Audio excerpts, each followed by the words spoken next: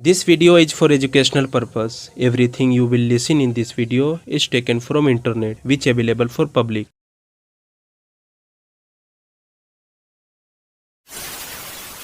Hello दोस्तों, मेरा नाम है अजीम। स्वागत है आप सबका रियल क्राइम स्टोरी चैनल पे। उम्मीद करता हूँ आप सब अच्छे होंगे। आज की कहानी एक ऐसे सीरियल किलर की कहानी है जिसके नाम के आगे सीरियल किलर का टैग महज 8 साल की उम्र में ही जुड़ गया था और जिसके नाम पर दुनिया का सबसे कम उम्र के सीरियल किलर होने का रिकॉर्ड दर्ज है। बिहार में एक जगह है बेगूसराय और इसी बेगूसराय जिला में एक गांव पड़ता है मुशहरी नाम का। इस गांव में एक परिवार रहता था। ये परिवार बहुत ही गरीब परिवार था। इस परिवार में पति पत्नी और उसकी दूध पीती बच्ची और एक 7 साल का बेटा था। इस परिवार के जो मुखिया थे वो दिहाड़ी मजदूरी करके किसी तरह अपने परिवार का पेट पालते थे और उसी परिवार के बगल में उनके छोटे भाई का भी परिवार रहता था। तो साल 2006 में उस घर में एक अजीब घटना हुआ ये कि उसके छोटे भाई की 6 साल की बच्ची अचानक गायब हो गई। मगर इस घटना की खबर उन्होंने पुलिस को नहीं दी। मगर पूरे गांव में ये बात फैल गई क्योंकि गांव के सभी बच्चे आपस में मिलकर खेलते हैं और उनमें से एक बच्चे का गायब हो जाना किसी से छुप नहीं सकता था। और गांव में अक्सर ऐसा ही होता है। गांव में सब एक दूसरे को जानते पहचानते हैं। सिर्फ बड़े शहरों में ही लोग अपने पड़ोसी तक को नहीं जानते। खैर, इसके बाद कुछ वक्त बीता और 6 महीने के बाद उसी परिवार की 8 महीने की बच्ची गायब हो गई और यह बात भी पुलिस तक नहीं जाती। मगर यह खबर भी गांव के लोगों के बीच फैल गई। अब गांव के लोगों को यह समझ नहीं आ रहा था कि आखिर यह हो क्या रहा है। सिर्फ 6 महीने के अंदर ही गांव के एक ही परिवार के 2 बच्चे गायब हो चुके थे और अब मुशहरी गांव के लोगों में थोड़ी बहुत दहशत फैलने लगी। इसके बाद फिर 3 महीने और बीते और साल 2007 में उसी गांव से 6 महीने की दूध पीती बच्ची गायब हो गई। इस बार पहली बार ऐसा हुआ कि जो बच्ची गायब हुई उस परिवार की नहीं थी जिस परिवार के पहले भी 2 बच्चे गायब हुए थे, बल्कि वो बच्ची दूसरे परिवार की थी। हुआ ये कि जहां ये परिवार रहता था जिसके 2 बच्चे गायब हो चुके थे, उनके पड़ोस में ही चुनचुन देवी नाम की एक औरत रहा करती थी। उसकी 6 महीने की एक बच्ची थी और नाम था खुशबू। तो चुनचुन देवी अपनी बेटी को वहीं पास के एक प्राइमरी स्कूल में खिला रही थी। अचानक उसे एक घर का काम याद आया तो अपनी बेटी खुशबू को वहीं स्कूल में ही सुलाकर चली गई। थोड़ी देर बाद जब वो काम निपटा कर स्कूल में पहुंची तो देखा कि खुशबू गायब है। उसके बाद चुनचुन देवी पूरे गांव में उसे ढूंढती है, गांव के तमाम लोगों से पूछती है, मगर खुशबू का कोई नामो निशान नहीं मिलता। लास्ट में थक हार कर वह भगवानपुर पुलिस स्टेशन पहुंचती है जिसके अंदर में मुशहरी गांव आता था और वहां जाकर खुशबू की मिसिंग रिपोर्ट लिखवा देती है। अब ये पहली बार हुआ था कि गांव से किसी बच्ची के गायब होने की रिपोर्ट पुलिस तक पहुंची। इसके बाद गांव में पुलिस आती है, वह भी खुशबू को इधर उधर ढूंढती है और लोगों से पूछताछ करती है, मगर खुशबू का कुछ पता नहीं चलता। पर इस पूछताछ के दौरान पुलिस को यह पता चलता है कि इस गांव से पहले भी 2 बच्चे गायब हो चुके हैं और वह दोनों बच्चे एक ही परिवार के थे। तो पुलिस उस परिवार के पास पहुंचती है और खुशबू के बारे में पूछताछ शुरू करती है। थोड़ी देर के पूछताछ के बाद वो परिवार अपने 8 साल के बेटे अमरजीत सदा को बुलाते हैं और कहते हैं कि अगर खुशबू के बारे में कोई कुछ बता सकता है तो वो यही है। पुलिस को ये बात बहुत अजीब लगता है कि आखिर 8 साल के बच्चे को कैसे सब कुछ पता होगा, मगर पुलिस फिर भी सोचती है कि चलो शायद इस बच्चे के जरिए कोई सुराग मिल जाए। तो अब पुलिस उस 8 साल के बच्चे अमरजीत सदा से पूछती है कि बेटे, क्या तुमको पता है कि खुशबू कहाँ है? पुलिस वालों के सवाल सुनकर वो हंसने लगा। पुलिस ने दोबारा पूछा तो वो फिर हंसते हुए बोला कि हाँ, मुझे पता है। तो अब पुलिस ने पूछा कि ये बताओ कि खुशबू कहाँ है? तो वो फिर कुछ नहीं बोला और उनके सवाल पर हंसने लगा और बस हंसे ही जा रहा था। वहाँ पर जितने भी पुलिस वाले मौजूद थे वो उन लोगों की शक्ल बार बार देखता और बस हंसता ही रहता। पुलिस वालों को भी लगा कि वो अपना टाइम इस बच्चे पर खराब कर रहे हैं क्योंकि उससे खुशबू के बारे में जितनी बार पूछा जाता वो उतनी बार हंसता और हंसता ही रहता। मगर पुलिस उससे खुशबू के बारे में पूछती ही रही ताकि उसके जरिए कोई क्लू या सुराग मिल जाए। इसी बीच अमरजीत एक बार बोल पड़ा और कहा कि अगर मुझे बिस्कुट दोगे तो मैं सब बताऊंगा। अमरजीत की यह बात सुनकर पुलिस ने बाहर से बिस्कुट का एक पैकेट मंगाया और उसे दे दिया। बिस्किट का पैकेट मिलने के बाद उसने पैकेट खोला और खाने लगा। इसके बाद पुलिस ने फिर पूछा कि बताओ खुशबू कहाँ है। तो अमरजीत बोला कि मैंने उसे खपड़ेल से मारकर सुला दिया। यह बात सुनकर पहले तो पुलिस वालों को लगा कि ये क्या बोल रहा है। पुलिस ने अमरजीत से दोबारा पूछा तो दोबारा भी उसने यही बात बोली। अब पुलिस वालों का भी थोड़ा इंटरेस्ट जागा तो उन्होंने पूछा कि अच्छा यह बताओ कि तुमने खुशबू को कहाँ सुलाया है। तो वह बोला कि चलो मैं वह जगह दिखाता हूँ। इसके बाद अमरजीत पुलिस वालों को अपने साथ लेकर उसी प्राइमरी स्कूल से थोड़ी दूर एक सुनसान जगह पर ले गया और वहां पहुंचकर एक झाड़ी की तरफ इशारा करते हुए बोला कि मैंने उसे यहीं सुलाया था।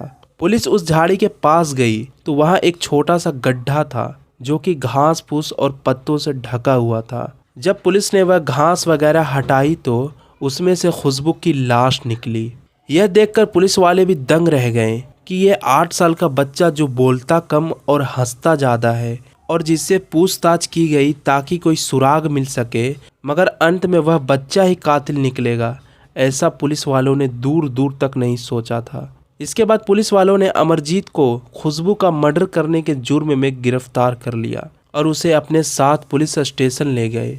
मगर अमरजीत अब भी पुलिस स्टेशन और पुलिस वालों को देखकर बस हंसे ही जा रहा था। शायद उसे पता ही नहीं था कि ये पुलिस क्या है, पुलिस स्टेशन क्या है और कानून क्या है। पुलिस स्टेशन पहुंचने के बाद पुलिस ने अमरजीत से पूछा कि तुमने खुशबू का मर्डर कैसे किया। तो वह बोला कि पहले तो प्राइमरी स्कूल से खुशबू को उठाकर गांव के एक सुनसान खेत में ले गया। फिर वहां ले जाकर उसने पहले तो खुशबू का गला दबाया और बाद में वहीं खेत में से एक ईंट उठाकर उसके सर पर मारा। उसके बाद वह खुशबू को वहीं एक छोटे गड्ढे में छुपाकर वहां से भाग गया। अमरजीत की बात सुनने के बाद पुलिस को वो 2 बच्चे भी याद आए जो खुशबू से पहले उस गांव से गायब हो चुके थे और जो अमरजीत के ही परिवार के दोनों बच्चे थे। तो पुलिस को लगा कि ये दोनों बच्चे को गायब करने में अमरजीत का ही हाथ तो नहीं है। इसलिए पुलिस ने अमरजीत से पूछा कि अच्छा यह बताओ कि तुमने और किस किस को खपड़ेल से मारकर सुलाया है। यह सवाल सुनकर वह फिर हंसने लगा और बोला कि और बिस्कुट दोगे तो बताऊंगा। इसके बाद पुलिस ने एक और बिस्कुट का पैकेट मंगाया।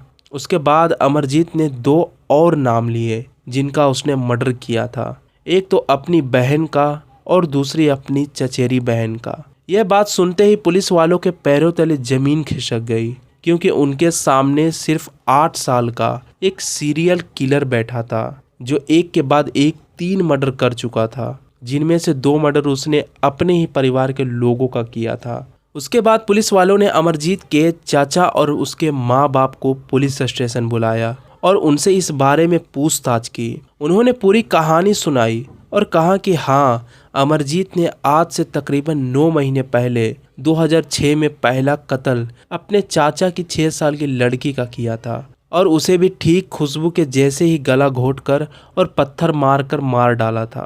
और तब अमरजीत सिर्फ 7 साल का ही था।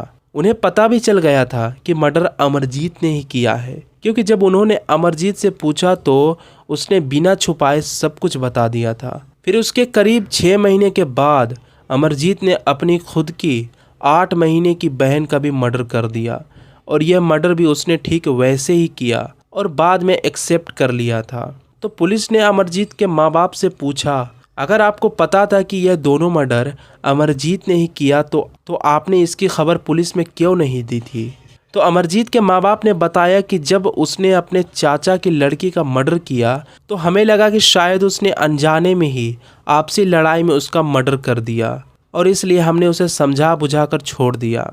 जब उसने अपनी बहन को मारा तो इसके बाद उन्होंने अमरजीत की खूब पिटाई की तो वह बोला कि आज के बाद ऐसा नहीं करेगा, इसलिए हमने उसे एक बार और माफ़ कर दिया। और क्योंकि मरने वाला और मारने वाला हमारे ही परिवार के थे तो इसलिए हमने इसे फैमिली मैटर, पारिवारिक मामला मानते हुए पुलिस में इसकी कोई कंप्लेन नहीं की।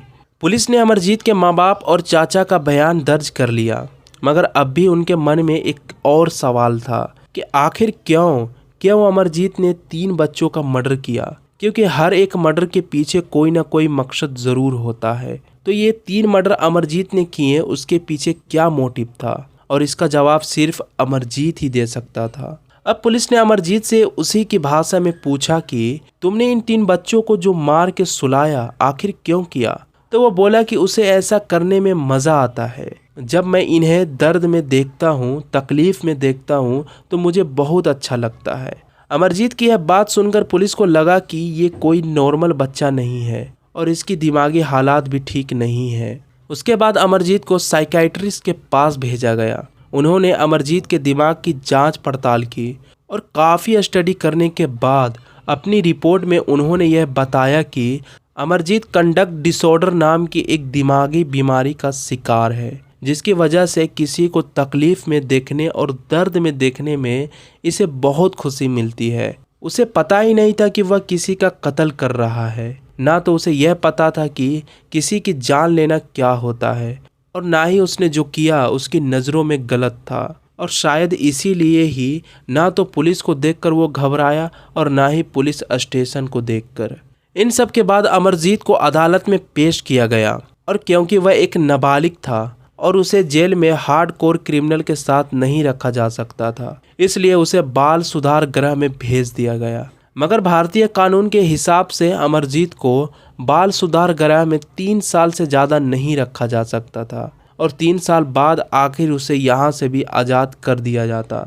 मगर बाद में उसकी दिमागी हालात को देखते हुए यह फैसला किया गया कि जब तक उसकी उम्र 18 साल की नहीं हो जाती तब तक उसे वहीं डॉक्टर की निगरानी में रखा जाएगा। उसके बाद अमरजीत को बिहार के मुंगेर जिले के बाल सुधार गृह में भेज दिया गया, और क्योंकि वह नाबालिग था इसलिए उसके बाद की जानकारी को पब्लिक में डिस्क्लोज नहीं किया गया। मगर अमरजीत का जो जन्म हुआ था वो साल था 1998, तो उस हिसाब से उसको 2016 में वहाँ से आज़ाद कर दिया होगा, और आज 2023 में उसकी उम्र 25 साल हो चुकी होगी। और आज अमरजीत एक नए नाम के साथ और नए पहचान के साथ एक अनजाने शहर में एक नई ज़िंदगी जी रहा होगा।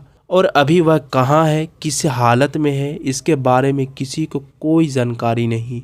मगर इस घटना ने अमरजीत का नाम न सिर्फ देश बल्कि पूरी दुनिया के सबसे छोटे, सबसे यंगेस्ट और सबसे कम उम्र के सीरियल किलर के लिस्ट में दर्ज हो गया। और आज भी दुनिया के सबसे छोटे सीरियल किलर का रिकॉर्ड अमरजीत सदा के नाम पर ही दर्ज है। उसकी उम्र 7 से 8 साल के बीच थी जब उसने एक के बाद एक 3 बच्चों का कत्ल किया था। तो दोस्तों, ये थी कहानी दुनिया के सबसे कम उम्र सीरियल किलर की।